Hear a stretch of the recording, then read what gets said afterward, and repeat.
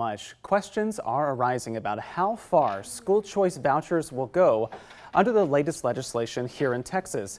KXAN Investigator Kelly Wiley and the Investigates team analyzed tuition information from private schools across Central Texas, as well as schools across the state that serve students with disabilities. Kelly is joining us here now in studio to explain more about what she learned in her investigation. Kelly, thanks for being with us. We appreciate it. Thanks for having me. We want to first talk about the data. How did you approach this specifically? Well, I want to first start by saying thank you for saying the latest legislation, because this has been changing. It's been tough to keep track of because up until last week they were arguing actively about how much to allocate in any kind of ESA bill to students. So first we looked at Senate Bill 2, which is advanced the farthest. It's passed the House and the Senate at this point. Participating students under that bill would get $10,000 a year. And then separately, participating students with disabilities could get anywhere between $11,500 and $30,000 a year. Okay, so those two amounts right there, I want to highlight those really quickly. How will the state determine which students with disabilities will get that $11,500 versus those who will get the $30,000?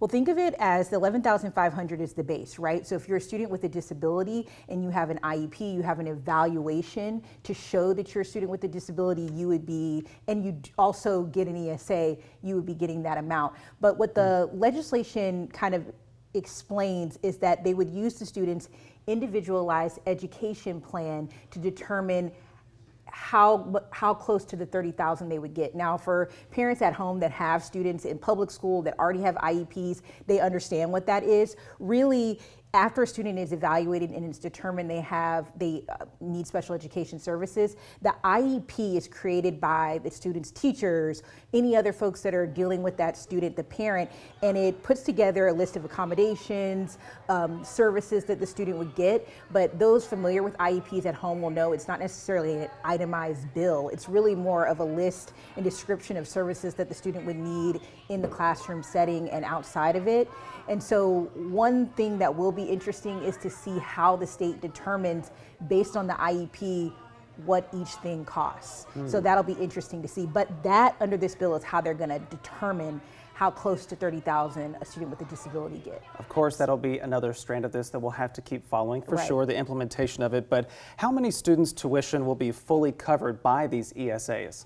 Well, it's a nuanced answer, right? Because we already know, one, we've laid out that depending if you're a student with a disability or not, it depends on the amount that you'll get. And particularly for students with disabilities, who knows how much a student will get once they're granted this.